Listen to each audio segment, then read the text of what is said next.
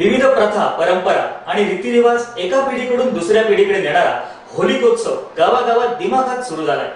आपल्या गावच्या प्रथा, परंपरा जपणारी माणसं या उत्सवात सारे भेदभाव विसरून एकत्र येतात। दोडामार्ग तालुक्यातल्या आंबडगावचा शिमगोत्सव वेगवेगळ्या प्रथा, परंपरा जपत आणि सर्व धर्म समभाव जोपासत साजरा होतो। दोडामार्ग तालुक्यातल्या अनेक गावात रविवारी दुपारनंतर होळी तोडून आणण्यात आली। अनेक गावात ती होळी खेळवण्याची प्रथा आहे। या खेळात तरुणाईचा जोश आणि खिलाडू वृत्ती पाहायला मिळते। आंबडगावात सकाळी सातेरी मंदिरासमोर होळी उभी करण्यात आली। त्याला गावकरी बळीरामाचा खांब असं म्हणतात। मानकरी होळीची पूजा अर्चा करतात। बळीरामाच्या खांबाची गळाभेट घेऊन 5 प्रदक्षिणा घातल्या जातात। त्यानंतर पारंपरिक नाल मोकण्याचा म्हणजे नारळ वाढवण्याचा खेळ सुरू होतो। ती प्रथा अनेक पिढ्यांपासून इथं सुरू आहे।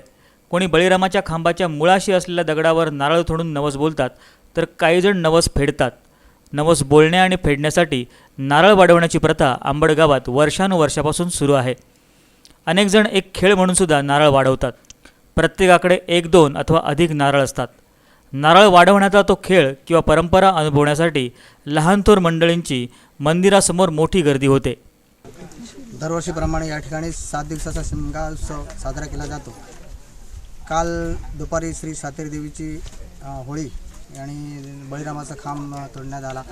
त्यानंतर काल संध्याकाळी जो बळीरामाचा खांब जे चव्हाट्यावर तोडला जातो तो काल संध्याकाळी 5 वाजता तोडला जातो आणि त्या ठिकाणी सर्व ग्रामस्थ मानकरी मिळून त्या ठिकाणी चव्हाट्या या ठिकाणी रात्रभर जवळजवळ कार्यक्रम म्हणजे होळी झुजवणे किंवा होळी या ठिकाणी होळीची जे पारंपरिक जे खेळ असतात तो खेळ जवळजवळ रात्री 11 वाजेपर्यंत चालू असतो।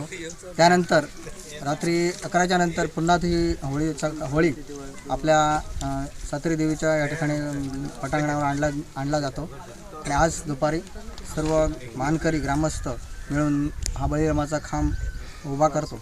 त्यानंतर जी पूर्वीपासून जी प्रथा असली होती ती म्हणजे या ठिकाणी बळीरामाच्या खांबा ठिकाणी नारळ वाहला जातो।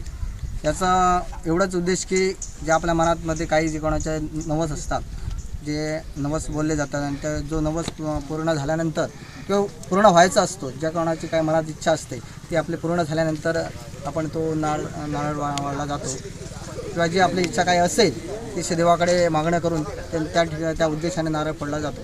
त्यानंतर उद्याच्या दिवशी शिमग्याचा कार्यक्रम म्हणजे प्रत्येक वाडीवर रोंबट जे म्हणतात ते रोंबट आपल्या प्रत्येक वाडीवर काढल्या काही तरुण मंडळी असतात ते काढतात। त्यानंतर शुक्रवारी दुपारी करवली ही प्रथा जी आपली पारंपरिक प्रथा आहे, पद्धत आहे, ती करवली या सातेरीच्या देवळातून बाहेर काढण्यात येते। ती बुधवारी रात्री दुपारनंतर ते शुक्रवारी दुपारपर्यंत हा आपल्या करवलीचा कार्यक्रम प्रत्येक घराघरामध्ये जातो आणि शुक्रवारी मला वाटतं दुपार ते 4-5च्या दरम्यान होळी आपले करवली समाप्त होते आणि त्यानंतर शुक्रवारी रात्री पुन्हा सर्व एकत्र या ठिकाणी देवळामध्ये मिळून घोडामंडी हा कार्यक्रम साजरा करण्यात येतो। आता ही पूर्वीपासून आमची सिग्मा चालू झालेला आहे। आमचे वर्षाप्रमाणे लोक सर्व जमून ते बळीरामाचा खांब उभा केलेला आहे आणि तो वर्षानुवर्ष असं चालू राहतो। सर्व गावचे लोक एकत्र येऊन सर्व भाऊबंदिकीप्रमाणे त्याची होळी उभी करतात।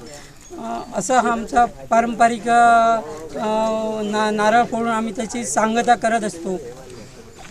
होळी म्हणजे रंगांची उधळण, मौज मजा। आयनाच्या बायना घेतल्या वाचून जायना असं म्हणत घरोघरी शबय मागत फिरणारे खेळे किंवा तरुणांचे जथ्थे आता रस्तोरस्ती दिसतात। ढोल ताशे, रंगीबिरंगी पेहराव, मुखवटे, केसांचे विचित्र टोप घालून वाहन चालकांकडून होली है बुरा न मानो म्हणत वर्षातून एकदा शबय गोळा करतात।